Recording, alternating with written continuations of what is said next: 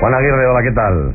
Javier, ¿qué tal estamos? Pues bien, abrimos los espacios que Gasunza. Me encanta el tema que nos habéis propuesto porque nos hace viajar en el tiempo para una cosa que yo desde luego desconocía y creo que la mayoría de la gente desconoce, que en Álava se ha ido buscando a través del tiempo muchas veces petróleo. Sí, no, es verdaderamente sorprendente. Yo también te confieso que cuando lo supe y he tenido en las manos el libro que vamos a comentar, me he quedado sorprendido.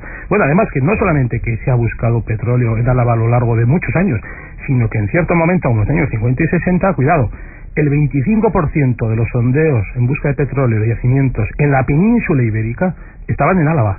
Quiere decir que no fue algo residual, sino que tuvo una gran importancia. La fiebre del oro negro le podríamos llamar. Kepa Baquedano, hola, ¿qué tal, Kepa? Hola, buenos días. Es autor de la investigación La búsqueda de petróleo en Álava, editada por Usul Gascunza, con el patrocinio de IKT, que mañana vais a presentar en Gasteiz. Bueno, lo primero es que es prácticamente una historia que yo creo que común de la gente desconocía, ¿no? Y que tuvo mucha repercusión en su momento. Sí, en su momento, sobre todo lo que ha comentado tu compañero, en los años 60, había multitud de pozos que se estaban haciendo, se acababa uno y se empezaba otro, hubo momentos que de 2 y 3 a la vez, entonces fue una época que muy importante en Álava. Egunon, Kepa. Egunon. Oye, dices tú tienes la expresión que llegó a estar perforado como un queso gruyère. Por cierto, el queso el que tiene los agujeros es el elemental, ¿eh? ¿Cómo? Vale. El que tiene los agujeros, aunque se utiliza la expresión queso gruyère, es el queso elemental, el que tiene los agujeros. Pero bueno, lo vamos a dar por bueno. Fe de ratas, número 1 para el libro que todavía no se ha presentado. Fe de ratas. Sí. Oye, Kepa, vamos a ver, lo primero que hay que preguntar, ¿qué condiciones geológicas tiene Álava para que los buscadores de oro negro pusieran sus ojos sobre este territorio?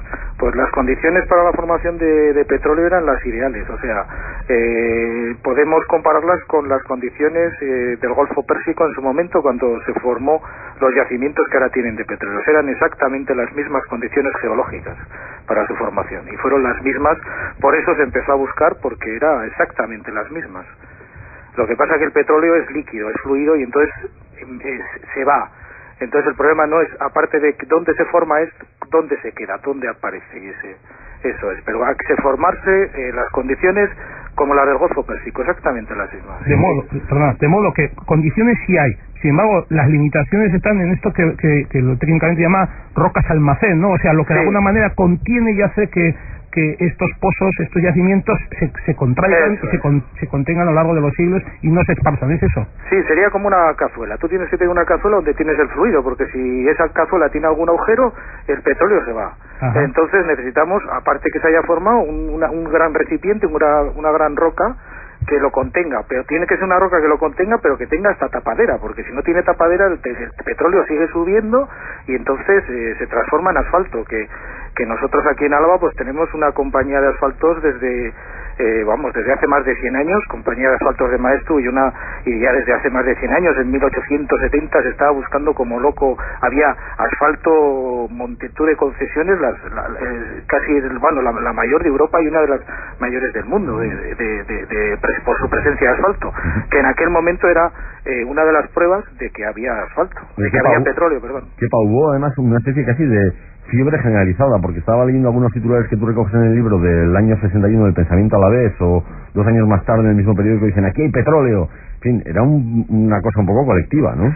Sí, es que era, pues la época que se está viviendo, se buscaba petróleo donde se creía que iba a haber, y entonces aquí en Álava se concentró y vamos, para los alaveses, para los pocos alaveses que éramos en aquel momento, pues lógicamente era una sorpresa ver cómo llegaban a las torres de petróleo que venían en tren y ver lo que ocurría y ver explosiones que había cuando en alguno de los sondeos, porque claro, el gas no sabían controlarlo muy bien y había incendios, entonces todo eso repercutía en las noticias de un pueblito como era en aquel momento Vitoria, que claro, era importante porque es que era petróleo, claro. Sin embargo, junto a este elemento público que se sabía y que aparecía a veces en la prensa de vez en cuando, hay una parte también de secretismo que tú recoges bastante bien en tu investigación, ¿no? Cuentas una anécdota que me parecía muy significativa, que un chaval fue al colegio diciendo que al lado de mi casa se están haciendo exploraciones petrolíferas y los compañeros se piensan que está loco y se burlan de él, ¿no? Es decir, el franquismo también de alguna manera jugó a la ocultación con esto. ¿Es así? Sí, además era una cosa como secreta, no, era secreta porque, entre otras cosas son empresas privadas y esas empresas privadas tienen derecho a que sea secreto. Entonces, aunque se les pregunte, ellos tienen todo el derecho del mundo a decir que es una empresa privada y que ellos no tienen por qué decir lo que están haciendo. Claro, se veían las torres, se veían las explosiones, se veían los incendios, pero no se quería decir nada, ni cuántos metros. Bueno, eso era al cabo del tiempo, y luego ya pues ese era el principal problema, ¿no? Que no tenían por qué decirlo y no lo decían. Entonces supongo que ha sido también difícil recopilar testimonios de quienes estuvieron trabajando en ello. ¿Qué contaban? Porque debía ser un trabajo duro. Sí, bueno, pues todo esto empezó porque, claro, yo soy hijo de petrolero, mi padre trabajó en el petróleo, entonces, gracias a Dios, pues he conocido a sus amigos, y sus amigos han sido los que me han ayudado para hacer este libro también. Todos tenían sus anécdotas, sus cosas, su manera de trabajar, 24 horas, las 24 horas del día, 2 turnos de 12 horas, durante los 365 días del año. Cuando se empieza un pozo hay que acabarlo. Entonces había pozos que llegaron a durar hasta 3 años. Entonces son 3 años trabajando 12 horas al día, las 24 horas del día en turnos de 12 horas durante todos los días del año. No se puede parar cuando se empieza un pozo de petróleo. Entonces, si era en el monte, como hubo algunos en Urbasa, pues imaginaros, nevando, y bueno, y da igual, ahí se seguía trabajando. Y Kepa, hablas también en tu trabajo, que por cierto, no sé tú qué pensarás, pero a mí como libro me parece que está muy bien editado, con cuadros, con imágenes, fotos a color, ha quedado muy a mí me gusta mucho. Muy bien. Claro. Bueno, en tu libro hablas de las técnicas también de sondeo, ¿no? Estas técnicas que fueron evolucionando evidentemente al compás de los años, pero que tenían también un carácter que llegó a levantar un poco a los baserritarras, a la gente que se dedicaba al sector agrario, por sus efectos. Eran como pequeñas explosiones, ¿no? Un poco se describe así, movimientos sísmicos, ¿no? A ver. Así es que las técnicas al ir evolucionando, pues llegó alrededor del año 80, 75, por ahí, empezaron a hacer, para ver si había petróleo, lo que se hacía era hacer pequeñas perforaciones de 20, 30 metros, 15, alrededor de ahí, y entonces metían un petardo, le daban una explosión y recogían las ondas sísmicas que producía esa explosión para ver si había algún yacimiento. Eso provocó pues que la Guagua en su momento aquí en Álava protestara, porque decía, oye, tantas explosiones van a provocar la destrucción de los acuíferos que tenemos. Y en aquel momento, ya en el año 80, hubo protestas por eso, porque claro, no era una explosión, eran gran cantidad de pozos, uno cada X metros, otro, y explosión.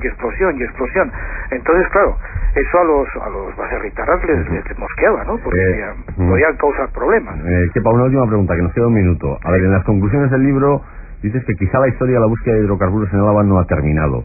¿Qué pasa? ¿Con nuevas técnicas quizás se puede encontrar otra vez petróleo? Estamos alimentando otra vez. No lo sé. Yo lo dejo abierto porque, claro, un pozo, el penúltimo pozo fue en el 86, y luego al cabo de 10 años se volvió a hacer otro.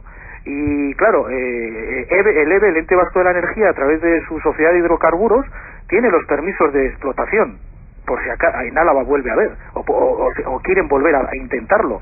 Entonces no sé si con el tiempo, pues a lo mejor se vuelve a intentar. Entre el penúltimo al último han pasado 10 años. A lo mejor vuelve a ocurrir otra vez.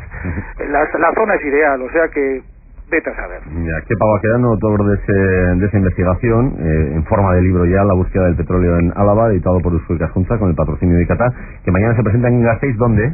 En la sede de Eusko Ikaskuntza a las 11:30 de la mañana. A las 11:30 de la mañana en la sede de Eusko Ikaskuntza. Pues nos ha parecido una historia apasionante. Kepa, me ha hecho muchas gracias, lo dijo de petrolero. Vale, agur, gracias. Pozos de ambición. Pozos de ambición, que están en cartel, muy buena película. Muy buena. Gracias, Juan, un abrazo. Agur.